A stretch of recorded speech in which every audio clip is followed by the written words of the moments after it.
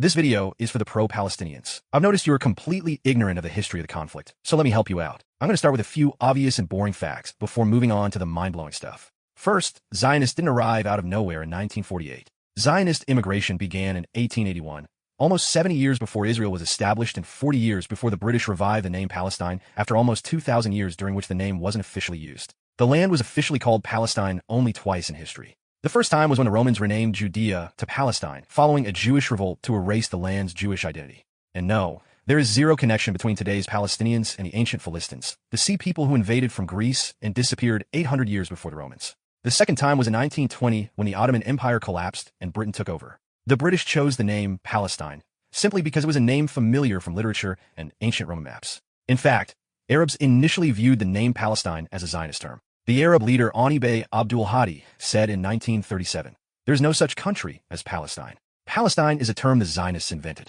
The British ruled the land between 1920 and 1948, and before that, it was occupied for 400 years by the Ottoman Empire. You love mentioning the Balfour Declaration of 1917 that promised the land to the Jews 3 years before the British took over. You think it's a clever way to frame Israel as a Western colonial project. But why do you conveniently forget to mention that the Balfour Declaration happened almost 40 years after Zionist immigration began? And how convenient it is to omit that immediately after Britain took over, they completely flipped the script, issuing the 1922 Churchill White Paper that explicitly stated that there was no intention to create a Jewish state. Or the 1939 White Paper, which blocked Holocaust refugees from escaping the Nazi gas chambers to British Palestine and limited Jewish immigration to only 15,000 a year during the biggest genocide in history. Why don't you mention how Britain forced refugee ships back to camps in Germany? And how Jewish resistance groups emerged to smuggle Holocaust refugees and fight British oppression against the Jews, and how the British authorities captured Jewish freedom fighters and executed them by hanging. And how is Israel a Western project? If the day after its establishment, when it was attacked by 5 Arab armies, the West imposed an arms embargo on the tiny new state, fighting for its survival, even the United States refused to sell Israel arms. And Britain supported the Arab armies. They trained, funded, and armed the Arab armies that attacked Israel. And the Jordanian army, which occupied the West Bank and East Jerusalem, was led by the British general, John Glubb. You also love the claim that Israel is a fake country created in 1948. It's great that you know when Israel was established, but do you know any other country in the region that wasn't established in the 1940s? What about Jordan or Syria, which were created in 1946? Or Lebanon, which was created in 1943? Israel is actually the only country in the region with a history that goes back thousands of years, with the same land, name, language, religion, and people. All other countries in the region were artificial, created by the West with arbitrary borders, including Iraq, Saudi Arabia, and even Kuwait, which only became a country in 1961. And how funny it is that Jordanians don't know that Jordan is a Hebrew name, which means to descend. And Lebanese don't know that Lebanon is also a Hebrew name, which means white. And that parts of their countries were once included in the ancient kingdom of Israel. You also love saying Jews should go back to Europe. Okay, suppose we send 23% of European Jews back to Europe. What do you suggest we do with the remaining 77%? Or this absurd saying that Jews are white colonizers. First, the Jewish people are indigenous to the land of Israel, not foreign settlers. Second, the majority of Israeli Jews originate from the Middle East and Africa. Don't you usually call them brown and black? Do you whitewash them because of their religion? You love saying that Zionists stole the land from the Arabs. Do you have any proof that in almost 70 years of Zionist development before 1948, a single inch of land was stolen? And if you're thinking about the Nakba, don't worry, I'll get to that later. But first, help me understand this. How exactly are Jews colonizers if they actually decolonized the land from Ottoman occupation and then from British occupation? Who fought in the Zion Mule Corps against the Ottomans in 1915? Or in the Jewish Legion, which helped liberate the land of Israel from Ottoman occupation? Ever heard of David Ben-Gurion, the first prime minister of Israel, who served in the Jewish Legion and fought against Ottoman occupation? The fact is that Palestinian Jews helped the British defeat the Ottomans and gain control of Palestine, and Britain betrayed them. Then Zionist freedom fighters fought against the British colonization and defeated them. It is an undeniable fact that Zionists decolonized the land of Israel from external colonization. You love waving the Palestinian flag as if it was some ancient symbol without knowing that it was designed in 1964 by the PLO, the Palestinian Liberation Organization. Why did it take them 16 years after Israel was established to come up with a flag, which was actually borrowed from the Arab revolt of World War I? Do you even know who created the PLO and invented the Palestinian national identity? Do you know it was Egypt and not an organic Palestinian movement? Do you know that the leader of the PLO, Yasser Arafat, was an Egyptian from Cairo with zero ties to Palestine? The man never lived a single day of his life in Palestine before 1964. Yet, you love wearing his signature keffiyeh as if it's some ancient Palestinian symbol. And who trained the PLO and provided them with weapons? Do you know it was the Soviets and the KGB? And that the whole invention of the Palestinian movement was to counter U.S. influence in the Middle East? Who taught the PLO propaganda techniques? Why did the PLO shift from a religious narrative to a Western colonialism narrative? And what was the goal of the PLO? It was established 3 years before the 1967 war in which Israel captured the West Bank and Gaza. So, it obviously wasn't to liberate the so-called occupied territories, which at the time are occupied by Jordan and Egypt. And how come only after 1967 did the West Bank and Gaza suddenly become Palestine? Walid Shubat, a former PLO member, once said, "Why is it that on June 4th, 1967, I was a Jordanian and overnight I became a Palestinian?" So let me break the news. The goal of the Egyptian PLO organization was to ethnically cleanse Israel from the river to the sea. This phrase, which you've been chanting, means all of Israel. And since you're a big fan of the PLO, I'm sure you don't mind that they didn't just target Jews, but also Christians. For example, the massacre in the Christian town of Damour, when the PLO murdered women, elderly, and children. They took whole families, lined them up against the walls of their homes, and sprayed them with machine guns. The town's young women were separated and gang-raped, just like Hamas did on October 7th, but against Christians. Have you ever asked yourself what happened to the Christians in Bethlehem, the birthplace of Jesus? It was 88% Christian in 1922, and today is 87% Muslim. Or Ramallah, which was 98% Christian in 1922, and today is 95% Muslim. You guys made up an ancient civilization narrative to describe the Palestinians. Ever thought to look into that and find out who today's Palestinians are? Let me help you out. Let's look at the pre-Palestine period, meaning before 1920. And let me start with Jerusalem, the biggest and most important city in the region. Do you even know that Jerusalem was a Jewish city decades before Zionism? And I'm not talking about biblical times. Look at the first British census in 1922, taken just after they took over from the Ottomans, a Jewish majority of 3-1. In fact, every single official and unofficial count, all the way back to 1844 when the Ottomans recorded their first ever census, tells the same story. A significant Jewish majority in Jerusalem. Not to mention thousands of years of Jewish history. A city that is mentioned 660 times in the Jewish Bible and not even once in the Quran. A city where Jews around the world face when they pray. The home to the Temple Mount, the site of the first and second Jewish temples. A city where thousands of Jewish archaeological artifacts were found, including inscriptions in Hebrew, seals, coins, and pottery dating back thousands of years, and not one single piece of archaeological evidence of an ancient Arab-Palestinian civilization. Now let me ask you a question and take a moment to think about it. Why is Jerusalem, a Jewish city with a significant Jewish majority for centuries, considered a disputed city? Why does most of the Muslim world demand Jerusalem? Why do the Palestinians refuse multiple offers to a state on 95 to 98% of the West Bank and all of Gaza unless they get East Jerusalem and the ownership of the most important Jewish religious sites? And here's an even more interesting question. Why does the entire Western world, except for the US, refuse to recognize Jerusalem as the capital of Israel? What are they scared of? I'll answer this soon. But first, let's see what happened to Jerusalem during the 1948 War of Independence.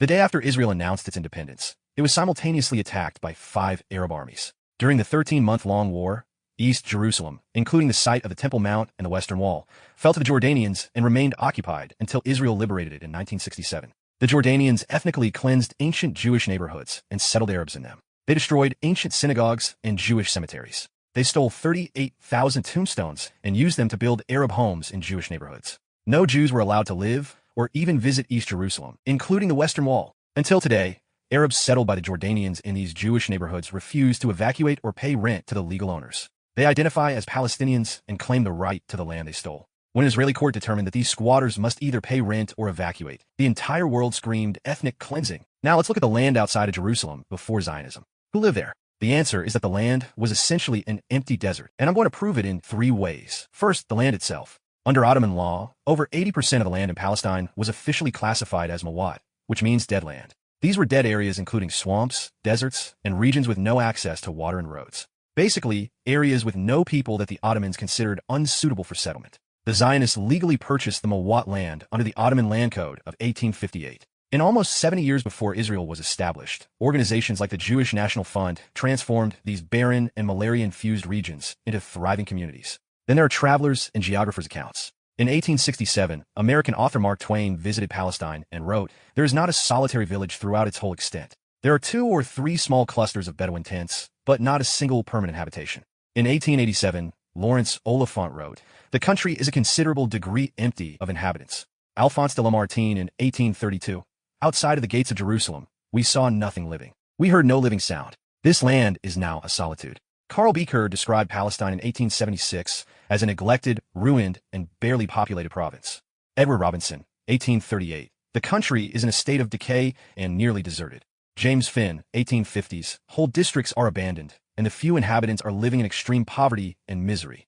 Similar accounts were written by Victor Guerin, Alexander Keith, John Lloyd Stevens, Karsten Niebuhr, Volney, Richard Pocock, Thomas Shaw, and many more. And lastly, let's look at actual numbers. Sure, there were more Muslims than Jews if you look at these borders of Palestine, and even if you look at these borders. But what about the borders of today's Israel without the West Bank and Gaza?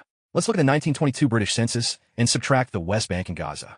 We see 294,000 Muslims and 84,000 Jews. Still a Muslim majority. But what if we remove the Muslim immigration in the last 70 years of Ottoman rule, which happened roughly at the same time as Zionist immigration and was well documented by Ottoman authorities? This is going to be very interesting. What I'm about to show you next is taken from a great book called The Palestinian Lie by O. Isaac. I'm taking the analysis straight from the book, and feel free to fact check it. By the way, much of the information in this video is also taken from this fantastic book. Between 1850 and 1922, the Ottomans relocated 55,000 Bedouins from the Arabian Peninsula, 20,000 Egyptians during the rule of Muhammad Ali of Egypt, 10,000 Algerian refugees, 20,000 Hiranis from Syria, 10,000 Circassian and Chechen refugees who escaped the Russian conquest, 12 to 15,000 Druze, 8 to 10,000 Turks, 15,000 Muslims from the Balkans, and thousands of economic and religious migrants. It turns out that almost all of what we call today Palestinians immigrated during the late Ottoman rule and the British rule, alongside Jewish immigration. Don't believe me or history. Let's hear it directly from the former Hamas interior minister himself. ويستطيع كل فلسطيني في غزة وفي كل فلسطين أن يأتي بجذوره العربية سواء كانت من السعودية أو من اليمن أو من أي نفط. شخصيا نص عائلتي مصرية كلنا، ويمكن بيجي حوالي أكثر من 30 عائلة اسمها المصري. في أساسنا نص فلسطين يا أخواننا مصري ونصها سعودي. ايش من هم الفلسطينيون؟ يكونوا من الاسكندريه، من القاهره، من دمياط، من الوجه البحري، من اسوان، من الصعيد. نحن مصريون، نحن عرب، نحن مسلمون. Even the PLO official Zouhair Mohsen said in 1977, the Palestinian people does not exist. In reality today, there is no difference between Jordanians, Palestinians, Syrians, and Lebanese. Only for political and tactical reasons do we speak today about the existence of a Palestinian people. Or Ahmed Shakari, the first chairman of the PLO, who said, "It is common knowledge that Palestine is nothing but southern Syria." Or King Hussein of Jordan in 1970. The truth is that Jordan is Palestine and Palestine is Jordan. Or Prince Hassan of Jordan. The Palestinians and Jordanians do not belong to different nationalities. They are Arabs and have the same Jordanian culture. Or King Abdullah I of Jordan, who said in 1948, "Palestine and Transjordan are one, for Palestine is the western part of Jordan." Or Syrian President Hafez al-Assad. There is no such thing as a Palestinian people. There is no Palestinian entity. There is only Syria. Now, let's make it even more interesting. Let's compare the Jewish and Muslim population sizes, excluding the immigration that occurred between 1850 and 1922. The Palestinian Lie book proves that if you exclude both Arab and Jewish migration during this period, there was a Jewish majority in today's Israel without the areas of the West Bank and Gaza before Zionism ever existed. And this majority could have been much greater if it wasn't for the Jewish exodus during the oppressive Ottoman rule. Jews under Ottoman occupation were classified as dhimmis, meaning second-class citizens. They lived under an oppressive Islamic regime and faced systemic discrimination. They were banned from visiting their holiest sites. They were forced to pay the jizya, a head tax for non-Muslims, and the carriage, a land tax targeting non-Muslim landowners. They were barred from government positions, military roles, and many high-paying professions. They were often conscripted into forced labor. They faced countless attacks by Muslims, such as the 1834 and 1838 Hebrew massacres and the 1834 Safe massacre. And, during World War I, thousands were expelled on suspicions of supporting the Allies. It is a historical fact that under Ottoman rule, Palestine was a deserted and barren land. Infectious diseases like malaria, typhus, cholera, and typhoid were everywhere. 300 babies per 1,000 births didn't survive, and life expectancy was just 30 to 32 years. In fact, during World War I, these diseases had such a severe impact on the Ottoman army that 60% of military deaths were due to illness, while only 40% resulted from combat. There were only 500 hospital beds in the entire region, and only 100 beds outside of Jerusalem. The oldest hospital in Jerusalem was the Jewish hospital Bikor Halim, established in 1826. The Zionist claim of a land with no people is well supported by evidence. Zionists developed the land for almost 70 years before 1948. Think about it. That's almost the amount of time Israel has existed as a country. Let's see what they accomplished. Zionists built hospitals and modern healthcare, drained deadly swamps and eradicated malaria, planted 12 million trees, built power grids and the Palestine Electric Corporation, established banks, built ports, roads, and railways, irrigated deserts, and made them fertile farmland, built modern cities like Tel Aviv, introduced modern industry and trade, founded universities such as the Technion and the Hebrew University of Jerusalem. Compare this to life in neighboring regions during the late 19th century, where people were living in tents and mud houses and used donkeys and camels for transportation. If you think Zionist modernization went unnoticed in neighboring regions, think again. Look at Arab immigration during the British rule. Hebron went from 2,800 Arabs in 1871 to 100,000 by 1948. Haifa went from 1,000 Muslims in 1871 to 36,000 by 1945, and Jaffa from 4,000 to over 50,000. And it wasn't just economic migration. The French aerial bombardment of Damascus and other cities during the Great Syrian Revolt in 1925 drove tens of thousands of Syrians to British Palestine. Also, thousands of Syrians and Lebanese escaped the French heavy taxation to Palestine. The descendants of these migrants identify today as native Palestinians. Even the British authorities acknowledged that Arab migration due to Jewish development was material, stating in the 1937 Peel Commission report, "It is certain that many inhabitants of Syria and Lebanon have entered Palestine without permission. Such immigration avoids the frontier controls. These people go in considerable numbers." The 1930 Hope Simpson report noted that illicit immigration through Syria and across the northern frontier of Palestine is material, and unemployment lists being swollen by immigrants from Transjordania. However, British interests were more aligned with the Arab world. They limited Jewish immigration to only 15,000 a year and did nothing to prevent Arab immigration. These economic migrants wanted more than just better lives. Jews faced non-stop raids by Arab bandits and many massacres, such as the 1920 Nebi Musa riots, the 1921 Jaffa riots, the 1929 Hebron and Safed massacres, and the 1936-39 Arab Revolt. These attacks forced the Jews to create self-defense groups, like Bar Dora and Hashomer during Ottoman rule, and later the Haganah and the Irgun during British rule. And how can we forget that in 1941, the Grand Mufti of Jerusalem met with Adolf Hitler in Berlin to discuss plans for the extermination of Jews in Palestine, and that he actively recruited Muslims to join the Waffen-SS. Here are the undeniable facts. The land was an empty desert for centuries under Ottoman rule, and 70 years of Zionist development brought a massive number of Arabs from neighboring regions. It turns out that your so-called native Palestinians were nothing more than economic migrants from Jordan, Egypt, and other Arab countries. So, if you want to send the 24% European Jews back to Europe, can we also send the vast majority of Palestinians back to where they came from? In November 1947, the UN voted to partition the land of Palestine into two states, one for the Jews and one for the Arabs. By then, the demographics had changed because of the massive Arab immigration and the British limitation on Jewish immigration. The Jewish majority was only 60% in the land offered to the Jews. The UN proposal was a tiny piece of the original 1920 Palestine. The British first gave 77% of Palestine to the Arabs and formed a territory called Transjordan, which became the country Jordan in 1946. A year later, the UN proposed to split the remaining 23% between Arabs and Jews and offered the Jews 56% of the area, which was only 13% of the original Palestine. However, 60% of the land offered to the Jews was the empty Negev desert. So if you exclude that, in essence, less than 6% of the original 1920 Palestine was offered to the Jews. And guess what? The Jewish leadership accepted the proposal, but the Arabs rejected it. Immediately after the partition plan, Palestinian Arabs formed armed militias, such as the Arab Liberation Army, to attack Jewish cities. They ambushed and attacked hundreds of Jewish buses and convoys. For example, in the Hadassah convoy massacre, 79 Jewish doctors, nurses, and patients traveling to Hadassah Hospital were brutally murdered. They attacked Jewish cities and villages, such as the Kfar Etzion massacre, where 100 Jews were killed. They imposed a 5-month siege on Jerusalem and other Jewish cities, trying to starve the population. Then came May 14th, 1948, when Israel announced its independence. Less than 24 hours later, 5 Arab armies launched a full-scale, coordinated attack on the tiny new state, trying to kill every single Jew in it. During the war, Palestinian Arabs continued their attacks from within. The 13-month-long war was brutal. Israel lost 1% of its population. Now that you have the background, we can talk about the Nakba, the displacement of 700,000 Arabs in 1948. I know how you prefer to present it as an ethnic cleansing campaign against innocent Arabs. But in reality, Israel had only 3 options: lose the war and die, kill all the local Arabs, or displace them. I can't see any fourth option. And remember, this was a war that the Arabs started, not the Jews.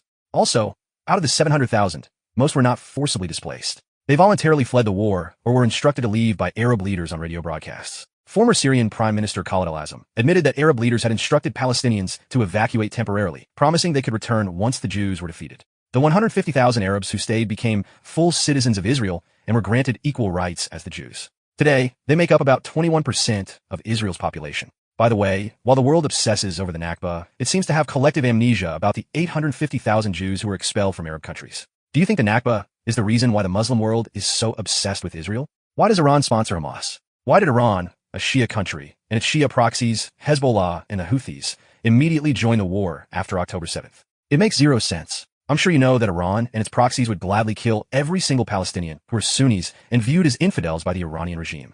They have already killed millions of them. Only in Syria, they helped Assad brutally murder 500,000 Sunnis through bombings, chemical attacks, and starvation sieges. In Iraq, they killed over 250,000 Sunnis, and in Yemen over 350,000. I bet you forgot to protest these actual genocides because Jews weren't involved. So how come Iran supports the Sunni Palestinians? And why would the Sunni Palestinians accept help from a regime that murders their people abroad? The answer is that it's a marriage of convenience. Both sides want to free the Al-Aqsa Mosque from the infidel Jewish rule. It has nothing to do with land or rights. Much of the Muslim world views the Palestinian struggle as a protection of the Al-Aqsa Mosque in Jerusalem. Hamas called the October 7th attack the Al-Aqsa Flood, framing it as an act of defending and liberating the mosque from Jews. Hezbollah calls their killed fighters martyrs on the way to Jerusalem. But why is this mosque so important? Jerusalem had zero significance in ancient Islam and is not mentioned even once in the Quran. Muslims face Mecca when they pray, while Jews face Jerusalem. Let me explain. The term Al-Aqsa literally means the farthest mosque. This ambiguous term appears only once in the Quran, which describes Muhammad's night journey from Mecca to the farthest mosque. However, the Quran doesn't link the farthest mosque to Jerusalem. At the time, no mosque existed in Jerusalem. The city was under Byzantine Christian rule, and the Jewish Temple Mount was in ruins. Early Islamic traditions linked the furthest mosque to sites in Arabia. 70 years after Muhammad's death, the Umayyad Caliphate decided to build a mosque on top of the ruins of the Jewish temple, the holiest place for Jews. It was a symbol of Islam's superiority over Judaism and Christianity. They retroactively linked the farthest mosque with Jerusalem and declared it as the third holiest Muslim site, and Jews were barred from visiting it during Islamic rule. Today, extremists in radical Islam, such as Hamas, view Jews as infidels. They use verses from the Quran and Hadiths as justification to kill Jews. For example, this verse, which is also in the official charter of Hamas: the Jews will hide behind rocks and trees. The rocks and trees will say, O Muslim, O servant of Allah, there is a Jew behind me. Come and kill him. The Quran 9:29 calls Muslims to fight the Jews and Christians until they submit, and Quran 9:30 says, may Allah destroy them. The very existence of Jews in Jerusalem, and especially their control over Al-Aqsa, is considered by radical Islamic regimes such as Iran and Qatar as an insult to Islam. The main reason why you keep hearing about Israel and Palestine, and not about much bigger and deadlier conflicts within the Arab world, is because a quarter of the world is Muslim and naturally against Jewish control over Al-Aqsa. There are 2 billion Muslims on this planet, and only 15 million Jews. Muslim countries have an automatic majority in the UN and completely control the agenda. The UN has 2 agencies for refugees, UNHCR and UNRWA. UNRWA is just for Palestinians, while UNHCR is for the rest of the world. The mission of UNHCR is to resettle refugees, while the mission of UNRWA is to perpetuate their refugee status until they return to Palestine and make the Jews a minority living under Sharia law. Palestinians are the only refugees in history allowed to pass down their refugee status through generations. Even those who were born or acquired citizenship in countries like Jordan are still counted as refugees and entitled to aid from UNRWA's $1.6 billion annual budget, which you're contributing to from your tax money. Not to mention that UNRWA's schools educate for terrorism from an early age. Math problems in their books ask kids to count martyrs in battles. Many UNRWA employees are Hamas members and took active part in the October 7th massacres. The automatic Muslim majority in the UN renews the UNRWA mandate every year. Israel is the only country in the world to have a dedicated permanent agenda item at the UN Human Rights Council. Every session, the Council discusses the human rights situation in Palestine. Not Syria, not China, not North Korea, not Iran, only Israel. From 2015 to 2020, the General Assembly adopted 112 resolutions against Israel, compared to just 45 resolutions addressing all other countries combined. Even the cultural UN institution, UNESCO, passed resolutions erasing 3,000 years of Jewish history in the Temple Mount and other holy Jewish sites and declared them as Islamic sites. Earlier, I promised an answer to this question. Why doesn't the entire Western world, except for the US, recognize Jerusalem as the capital of Israel? The answer is fear of economic retaliation from the Muslim world. The West still remembers the oil embargo of 1973. On Yom Kippur 1973, essentially all Arab countries launched a massive surprise attack to wipe Israel off the map. Egypt, Syria, Iraq, Jordan, Saudi Arabia, Kuwait, Algeria, Morocco, Libya, and Lebanon all participated. To prevent the West from supplying arms to Israel, Arab oil states weaponized oil. Oil prices exploded by 400%, sparking economic chaos and sky-high inflation in the West. Ever since, the West, and especially Europe, has been walking on eggshells to avoid angering the Arab world. Speaking of oil-rich countries, let's talk about Qatar, the second biggest supporter of world terrorism after Iran. This country, which hosts and funds Hamas, is also the biggest supporter of the Muslim Brotherhood, a radical Islamic organization that is officially designated as a terrorist organization by Egypt, Saudi Arabia, UAE, and Bahrain. Why is Qatar the largest donor to American universities with an astounding donation of $4.7 billion from 2001 to 2021? What do they gain? How many countries do you know that just give billions to universities in other countries with no strings attached? I'm personally not a big believer in free lunches. Is it possible that professors who get millions in research grants from Qatar compromise their academic integrity? Before we finish, let's talk about Gaza. Remember who started the war with the unimaginable horrors of October 7th, murdering 1,200 innocent people, including babies and the elderly. Remember how they butchered over 260 young adults simply enjoying a music festival. How they raped and burned people alive. How they raided peaceful communities and executed entire families in their homes. How they kidnapped 250 people, including babies and Holocaust survivors, to underground tunnels in Gaza. Gaza wasn't occupied on October 7th. Israel withdrew from Gaza in 2005 and handed it to the Palestinians. Shortly after, Hamas took over and turned Gaza into an Iran-backed terror state. They launched over 30,000 rockets at Israeli towns and cities. Billions of dollars of international aid went into digging 300 miles of terror tunnel and manufacturing rockets and weapons. You love mentioning the so-called siege on Gaza, which is meant to prevent explosives and rockets from getting to the hands of Hamas. Why aren't you demanding Egypt, which also shares a border with Gaza, to support Gaza and to open its border to refugees? Israel is fighting a radical Islamic terrorist group that uses child soldiers, terrorizes its own people, executes gays, and hides behind civilians. Unlike Hamas, Israel doesn't target civilians. They target Hamas fighters shooting from inside civilian homes. Unfortunately, civilians whom Hamas uses as human shields sometimes get killed. However, the ratio of civilian to combatants is considered very low compared to similar urban conflicts. For example, during the 2017 Battle of Mosul in Iraq, led by the US, the civilian to combatant casualty ratio was much higher, but I'm sure you didn't call it a genocide. I know many of you say that being anti-Israel is not being anti-Semitic, but let me tell you this. Israel is the only Jewish state. If you protested Israel without knowing the history of the conflict, you're anti-Semitic. If you protested against Israel, but not against the genocide of 500,000 civilians in Syria using barrel bombs and chemical weapons, you're anti-Semitic. If you didn't protest the millions who died in Yemen, Iraq, Sudan, and Afghanistan, you're anti-Semitic. You're anti-Semitic because you're singling out the only Jewish state who's defending itself after the biggest and most brutal genocide attempt since the Holocaust. And lastly, if you think that the land of Israel belongs to the descendants of some Arab economic migrants, rather than the Jewish indigenous people who've lived there for thousands of years, you are 100% anti-Semite.